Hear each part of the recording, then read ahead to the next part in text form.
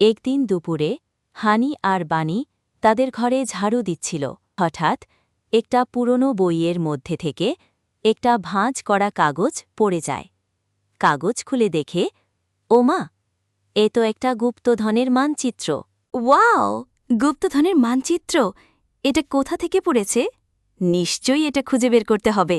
হানি বলল, বানি, এ তো যদি সত্যি হয় তাহলে আমরা ধনী হয়ে যাব।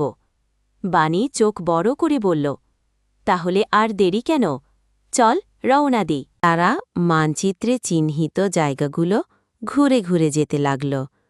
পথে প্রথমেই দেখা পেল ক্রেজি বিড়ালের, যে তাদের ধাঁধা দিয়ে আটকে রাখে।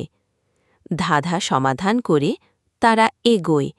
এবার আসে ল্যাজে মুড়ে শিয়াল, যে সব সময় ধোঁকা দেয়।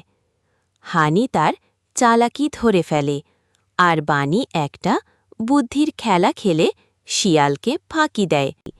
সব শেষে তারা পৌঁছে যায় এক পরিত্যক্ত গুহায়, যেখানে বসে আছে এক বোকা রোবট।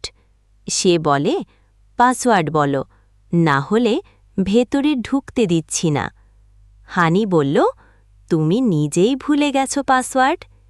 রোবট একটু চিন্তা করে বলল, আহা, তাই তো, ঠিক আছে, ঢুকে পড়ো। বা তারপর ওরা কি সেই শর্ত